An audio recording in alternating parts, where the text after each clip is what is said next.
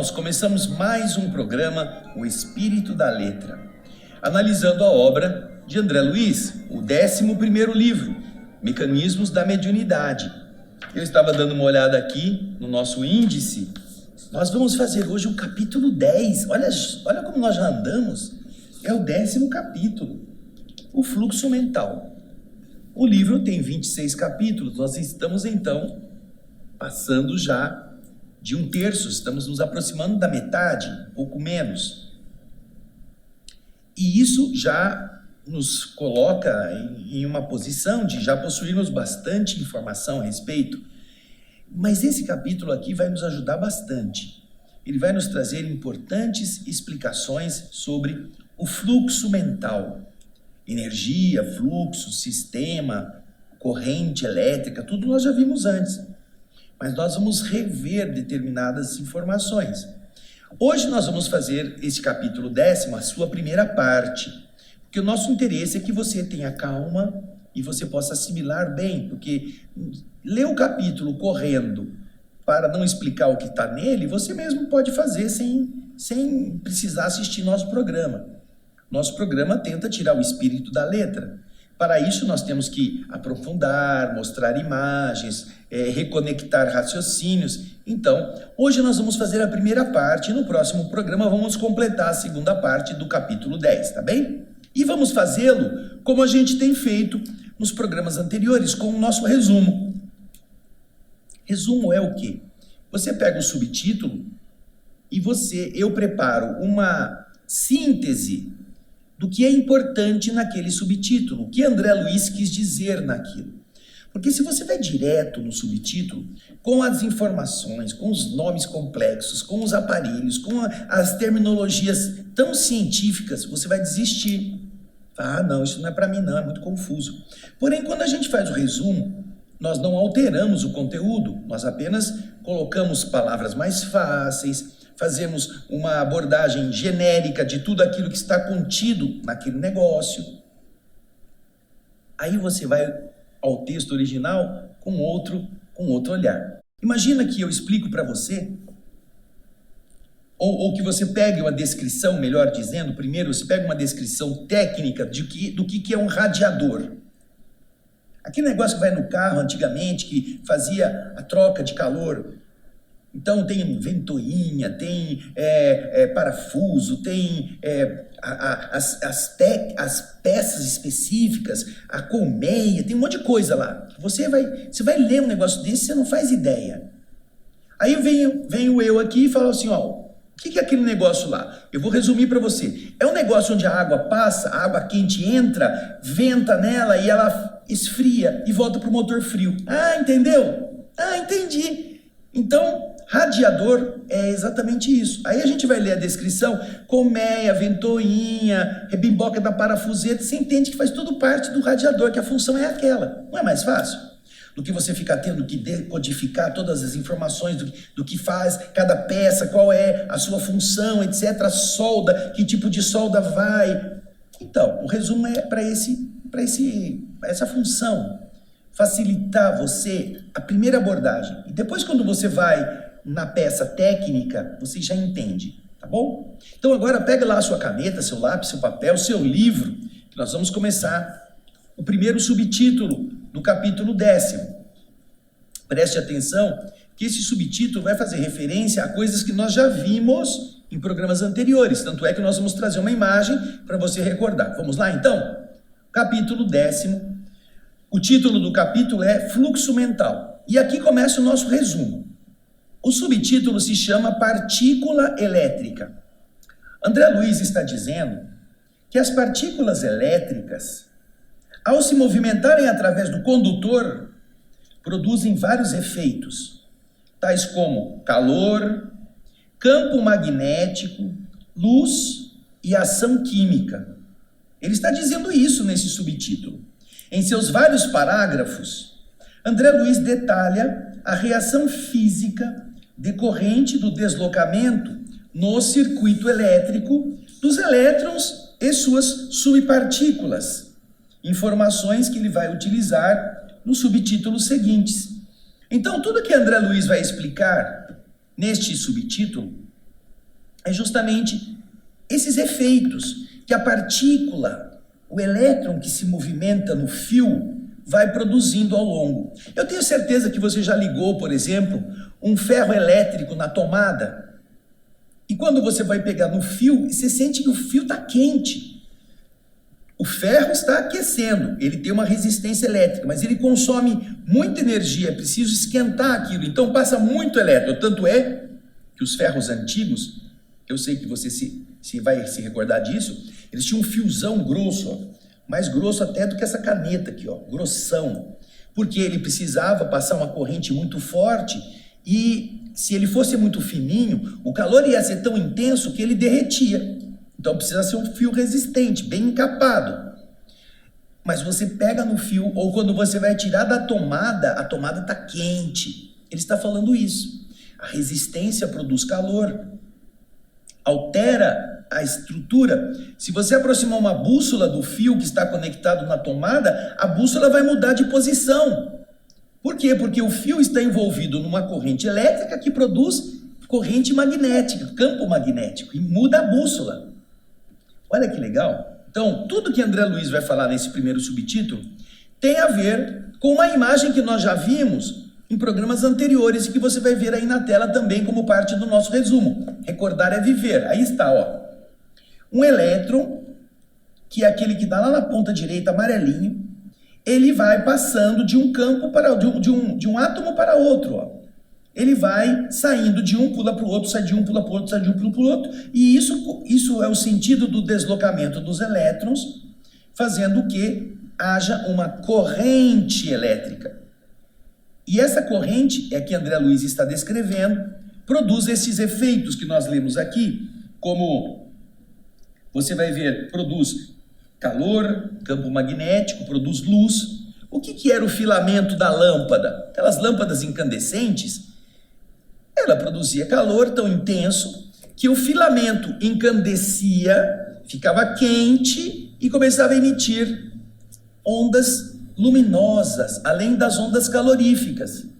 Veja só que interessante, tudo isso está acontecendo por causa da passagem da corrente. Algumas pessoas que às vezes precisam fazer limpeza de metais, ou prata, ou mesmo ferro que está muito enferrujado, eles colocam esse material em uma solução bastante salina, onde haja muitos íons, muitos elétrons soltos, dissolvidos, e aí eles passam uma corrente elétrica. Eles colocam um polo de um determinado metal, o outro polo de um outro metal, e quando ele liga na tomada, a corrente elétrica vai passar por aquela água, vai interagir com aquele ferro, com aquele aço que está ali, aquela prata, e vai tirar as partículas, vai concentrar num outro polo, e ela vai ficar limpa. Existe um fenômeno que eu acho que você já ouviu falar, que é de niquelação. Niquelação é um processo que transfere átomos de níquel para uma superfície que antes não estava niquelada.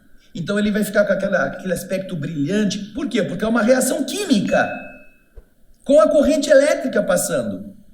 É um efeito químico. Então tem um efeito luminoso na lâmpada, um efeito químico na eletrólise, na produção de gases ou na niquelação. Tem o aquecimento do fio, calor. Tudo isso ele está dizendo nesse subtítulo.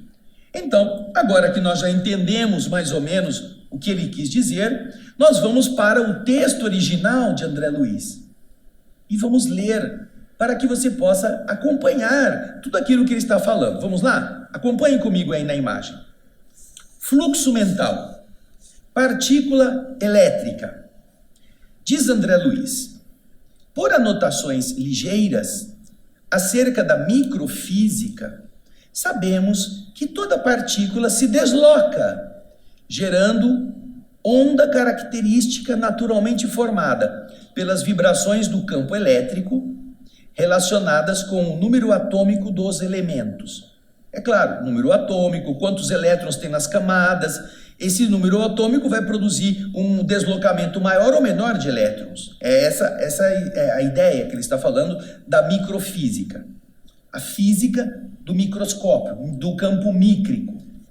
Continua André Luiz, combinando, associando os processos termoelétricos E o campo magnético, a ciência pôde medir com exatidão a carga e a massa dos elétrons, esses elétrons que se deslocam, demonstrando que a energia se difunde, se espalha através do movimento simultâneo em partículas infraatômicas e pulsações eletromagnéticas correspondentes a essas partículas. Informa-nos ainda que a circulação da corrente elétrica num condutor é invariavelmente, é constantemente seguida do nascimento de calor, da formação de um campo magnético ao redor do condutor, da produção de luz e ação química. Deve-se o aparecimento do calor às constantes colisões dos elétrons livres, espontaneamente empurrados a se moverem ao longo do condutor, do fio, associando a velocidade de transferência ou deslocamento à sua velocidade própria, no que quer dizer, no que tange a translação sobre si mesmos, o que determina a agitação dos átomos e das moléculas, provocando aquecimento. Quando a gente vai naquela imagem que nós já vimos, aquela imagem anterior que eu mostrei, parece uma linguiça com os elétrons pulando, você vai ver de novo. Aí, esse ato de pular de um lugar para outro agita o átomo todo, agita as camadas eletrônicas que ficam excitadas, enquanto o último elétron está produzindo essa mudança. Então, essa agitação é o que ele está dizendo, produz o aquecimento, agitação dos átomos e das moléculas que compõem aquele elemento. Não é difícil de entender. Por isso que ele esquenta. Aí ele continua falando no texto.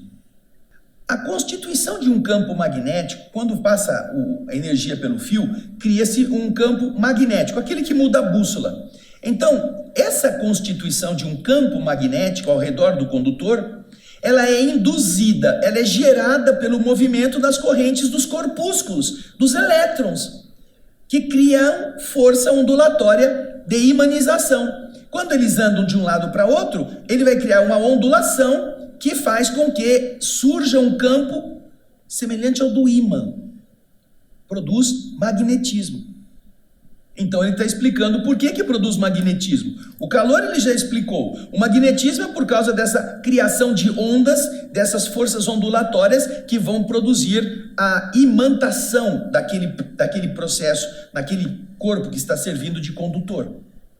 Mas ele vai explicar agora a produção da luz. A produção de luz é consequência da corrente elétrica do condutor. Como nós falamos aqui, aquela lâmpada incandescente produz luz.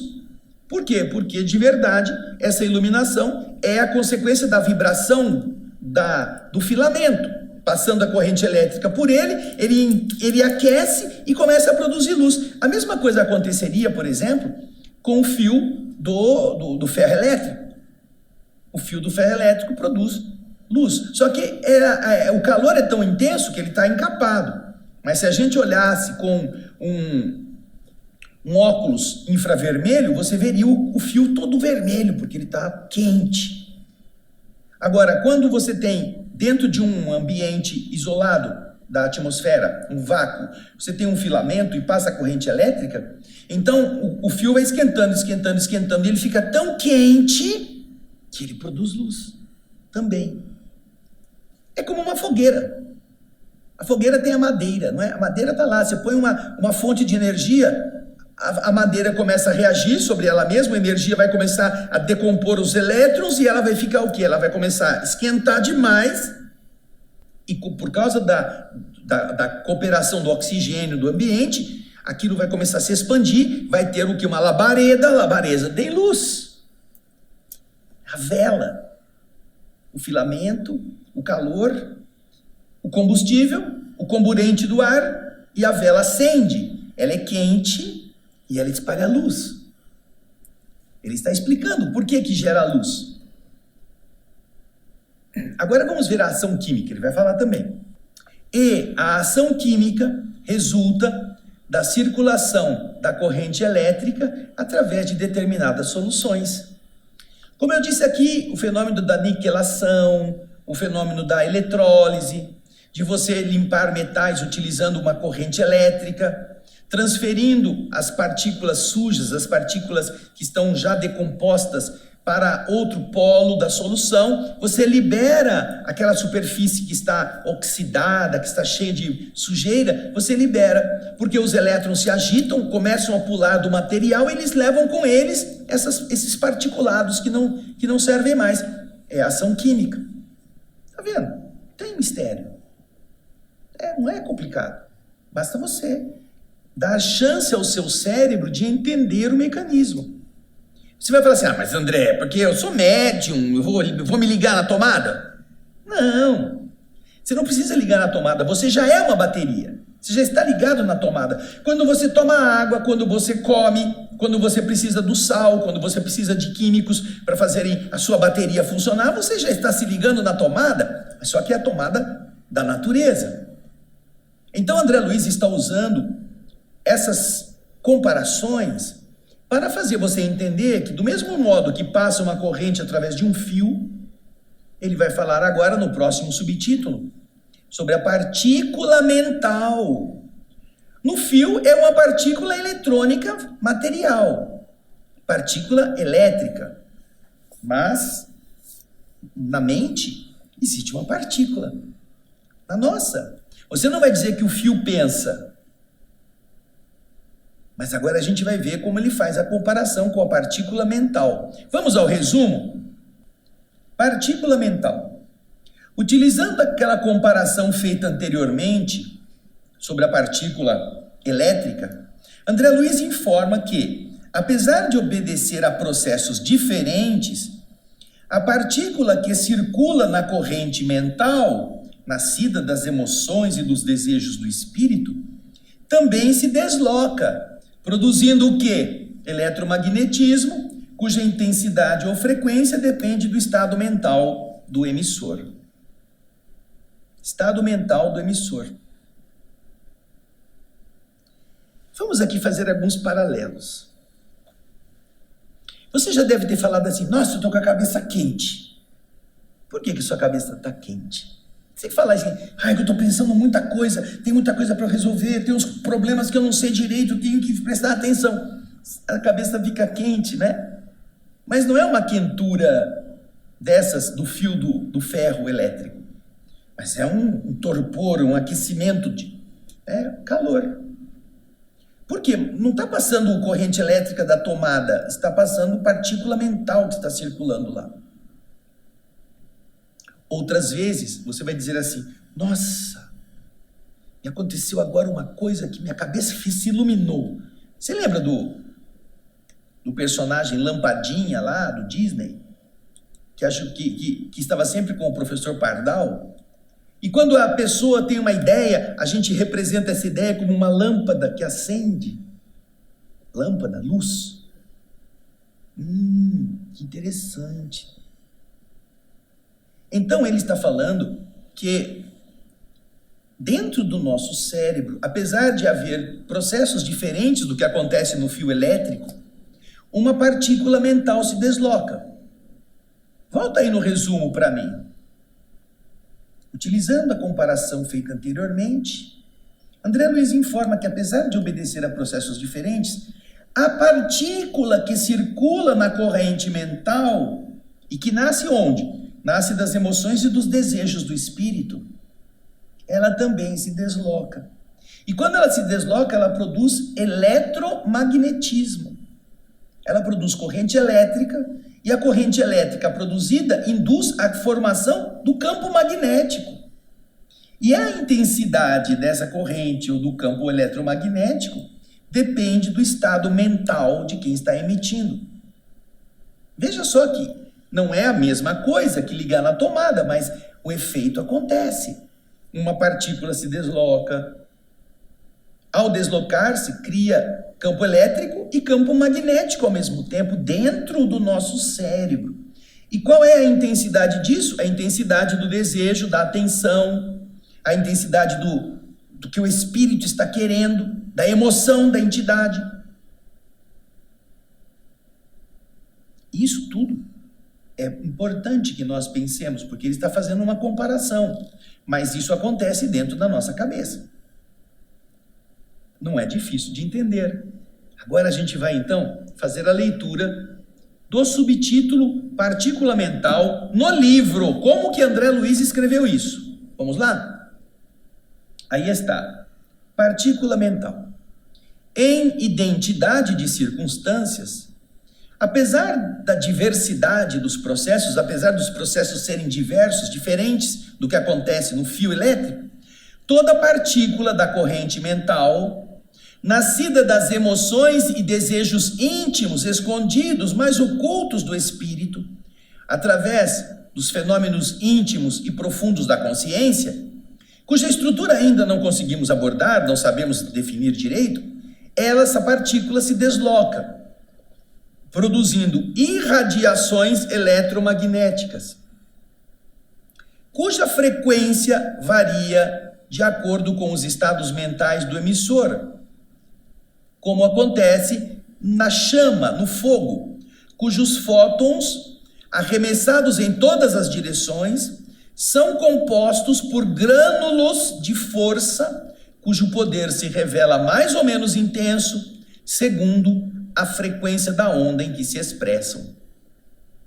Ele está citando aqui a chama. Então você pega uma vela e acende.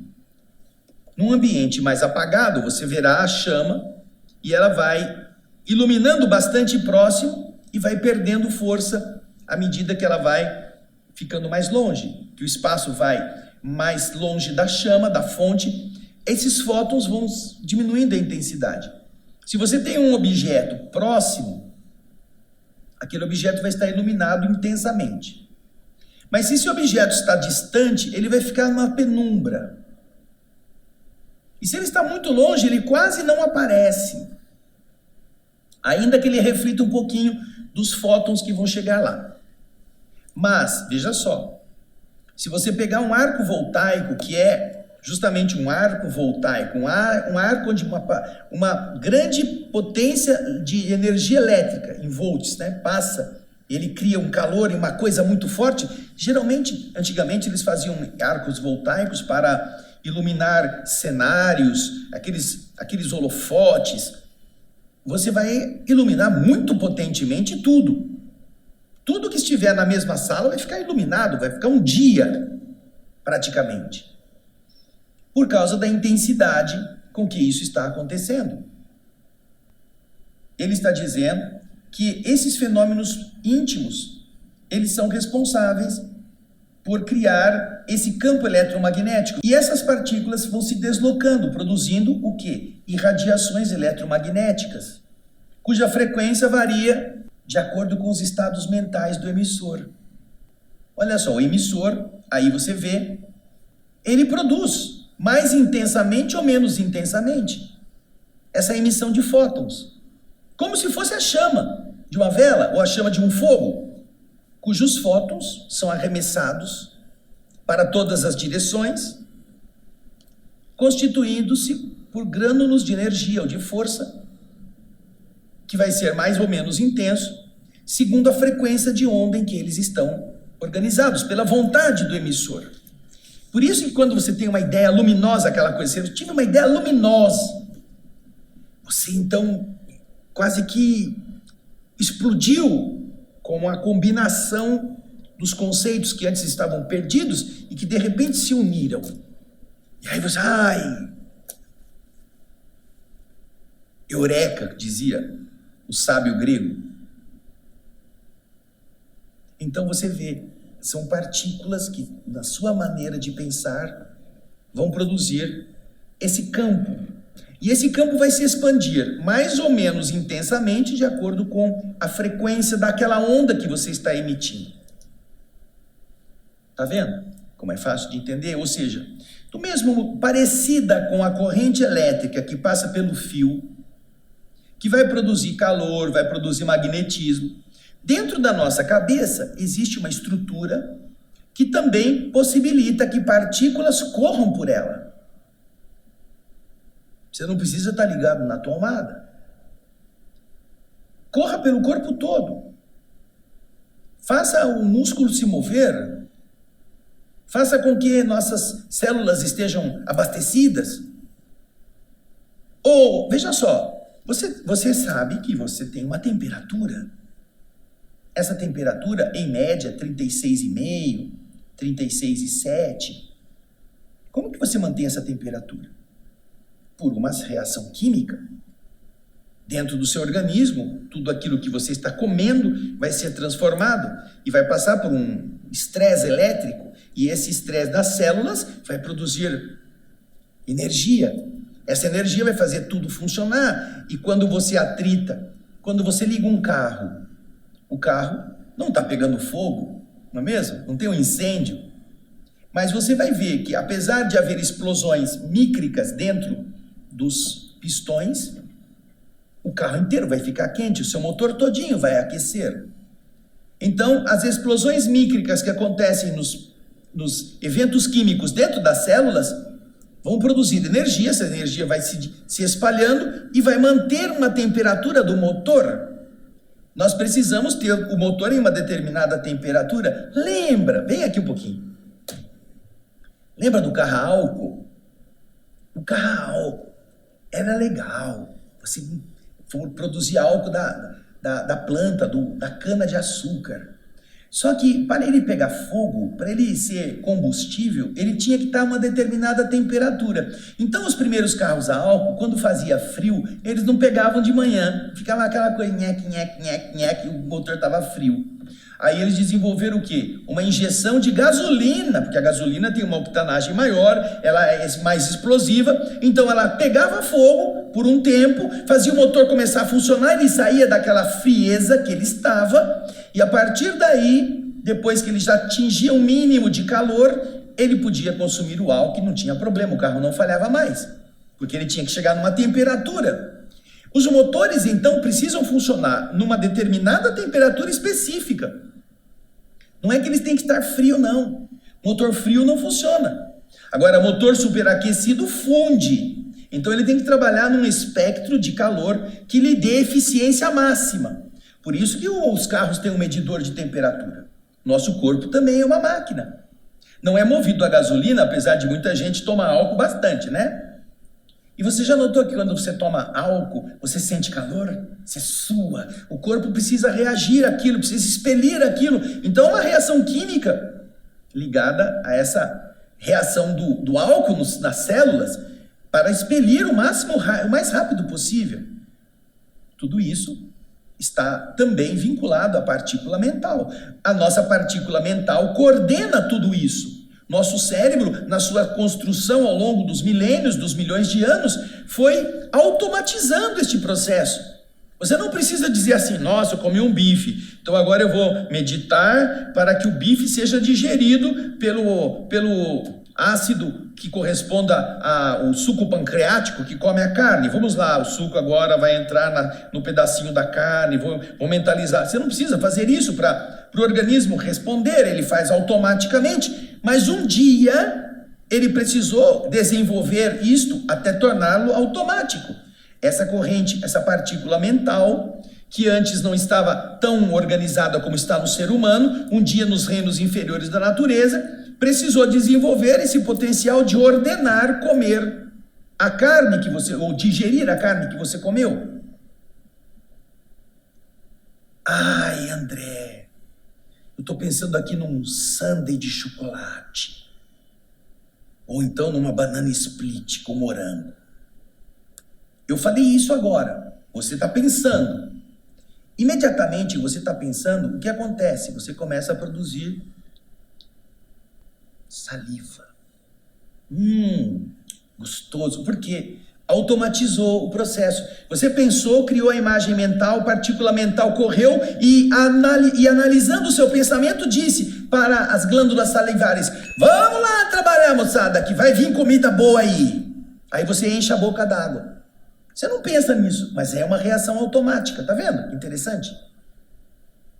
Dependendo da partícula mental. Se você não pensar nisso, você não saliva. Se você pensar, vou ler este livro, ninguém saliva. Oh, pode ser um livro de culinária. Enquanto o livro está fechado e você não está tendo ideias culinárias, você não está salivando. A hora que você começa a abrir o livro, você vê a fotografia do prato, é a fotografia do prato. Se você lê a receita, você não saliva. Mas se você vê a fotografia daquele negócio que é bonito, cheio de imagens coloridas, você já imagina comendo aquilo, você saliva. Olha só que interessante, a partícula mental correu pelo seu cérebro, ativou os seus terminais gustativos, mandou preparar. Não é só a boca que está preparando, não. O seu estômago começa a preparar também. Ele começa a se revestir do muco, que ele diz, olha, vai vir comida aí, vamos preparar um negócio para receber. A banana split, ou o sorvete, ou o bife. É justamente a partícula mental que está também produzindo esses fenômenos. Só que nestes casos, são fenômenos que não são mentais voluntários, são involuntários, são automáticos.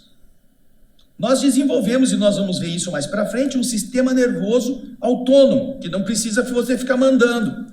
Respira, inspira.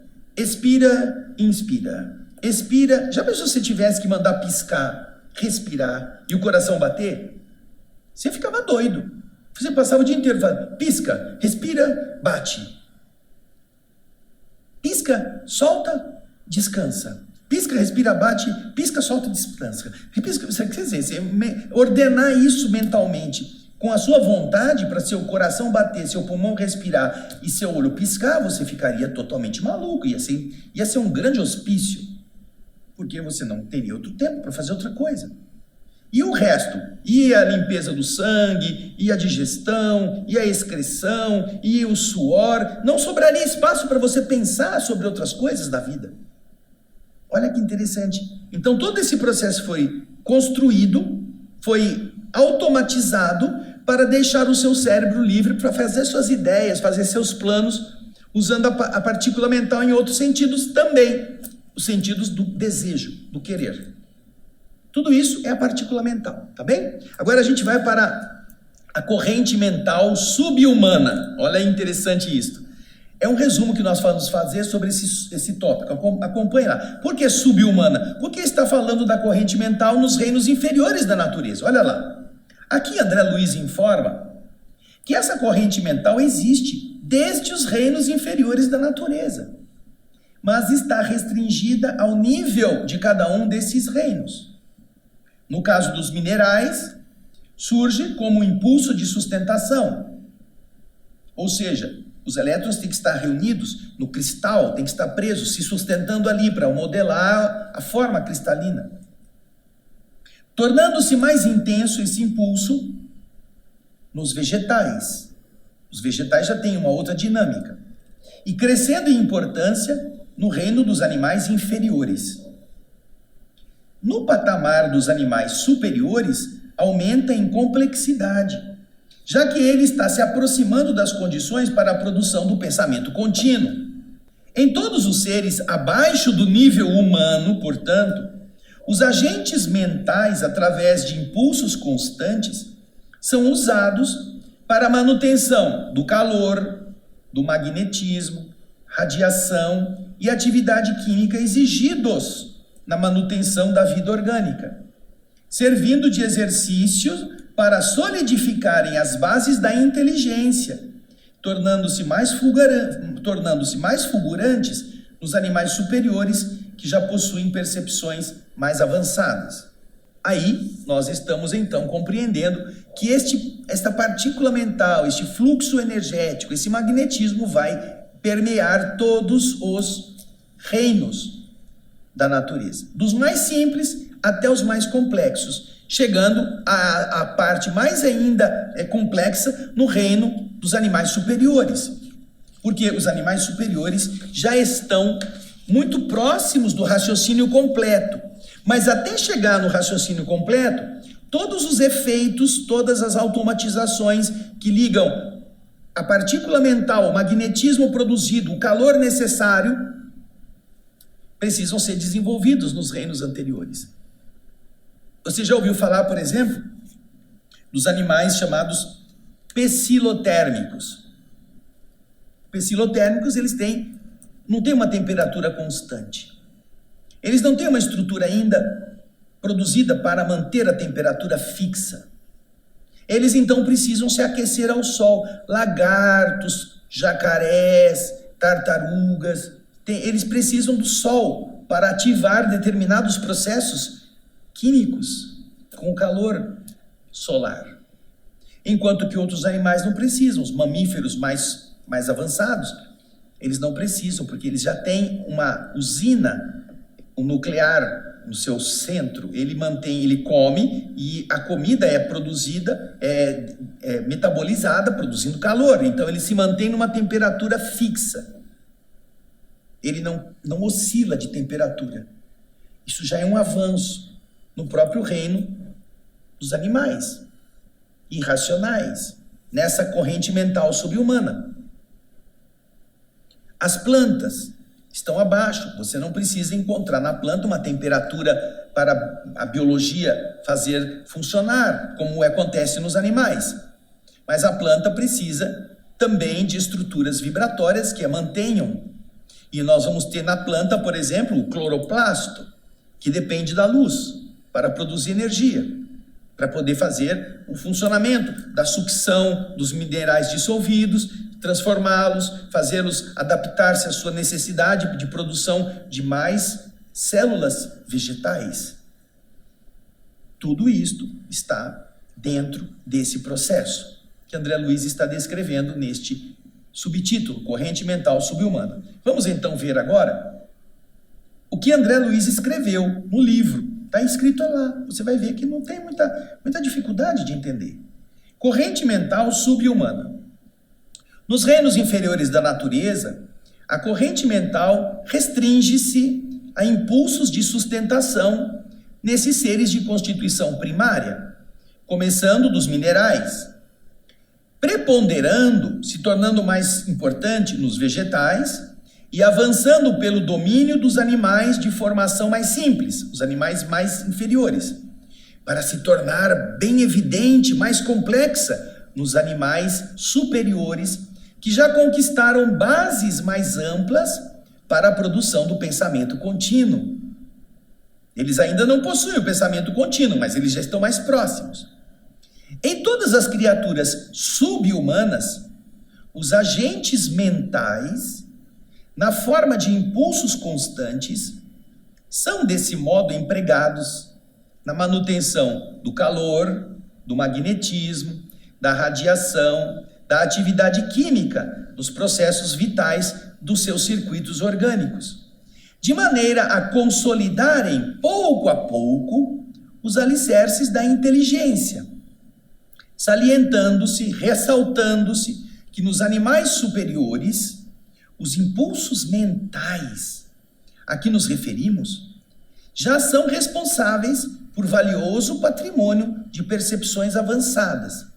Já os animais superiores, eles já começam a desenvolver certas emoções, certas partículas mentais específicas de memória. Isso já está em atividade, para que quando, do próximo passo, que é migrar para o reino hominal, como nós vamos ver mais para frente, ele já tenha todo o processo básico automatizado. Na química, nós vamos encontrar os minerais, precisando da aproximação, da atração minúscula, química dos elétrons. Depois, eles se dissolvem na água, eles são triturados, vão compor o solo e as plantas vão pegá-los para levá-los às suas estruturas de desenvolvimento, de crescimento, já modeladas pela ação da luz através do cloroplasto.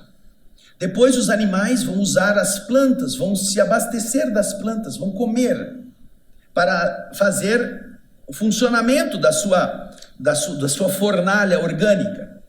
Ainda que em alguns animais essa fornalha orgânica não esteja constituída energeticamente na sua constituição nervosa para produzir calor constante. Então eles precisam subir sua temperatura, em alguns casos, como eu citei aqui, lagartos, animais desses que precisam ficar expostos ao sol, tomando banho de sol, porque eles precisam subir a temperatura para começar o processo metabólico.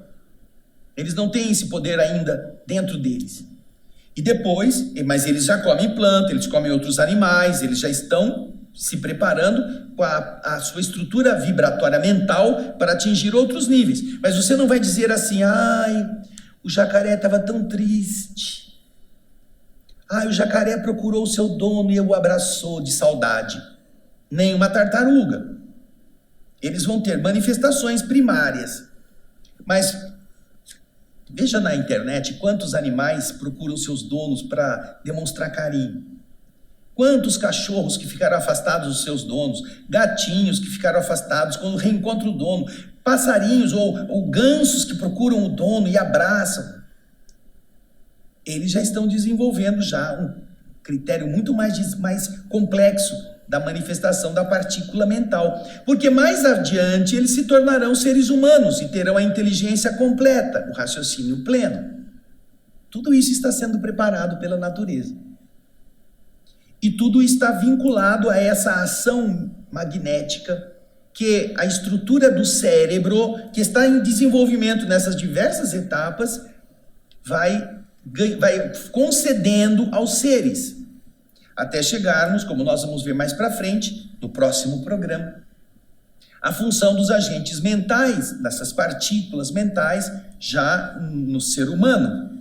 Porque esse que nós vimos aqui falou da corrente mental subhumana. Mas nós vamos ver no próximo programa as correntes mentais humanas, como que elas atuam.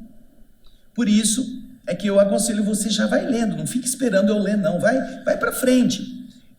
Mesmo que você tenha algumas palavras que você não compreenda, vai já dando uma olhada, vai acostumando o seu cérebro a pensar sobre essas coisas, porque as referências que André Luiz faz com relação às comparações com os sistemas elétricos, eletrônicos, magnéticos da Terra, nos ajudam muito. Então, isso nós vamos ver na segunda parte desse capítulo.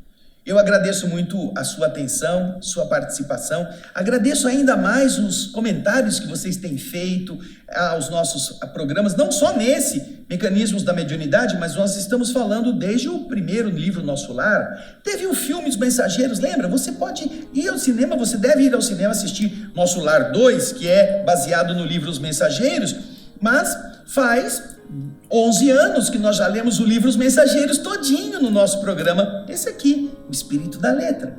Vai lá nos programas anteriores, nós temos os nossos canais que estão disponibilizando gratuitamente todos estes livros comentados para você poder acessá-los. E vai estudar os Mensageiros, é muito legal. Vai estudar o Evolução em Dois Mundos, que tem muito a ver com o que nós estamos também vendo no Mecanismos da Mediunidade. Vai estudar o livro Nos Domínios da Mediunidade, vai estudar o livro Ação e Reação, que fala dos nossos compromissos do passado que reagem sobre nós, o nosso poder mental deturpado que produz doença e outras coisas. Tudo isso está lá. Vai estudar como é a reencarnação do Segismundo no Missionários da Luz, vai ver como que o espírito deixa o corpo físico quando morre no Obreiros da Vida Eterna, 5 casos de desencarnação, tudo isso para você de graça, tá bom? Obrigado por você estar conosco, estar desejando aprender, estar nos dando essa oportunidade, e a gente volta no próximo programa. Um grande abraço, até lá e muita paz.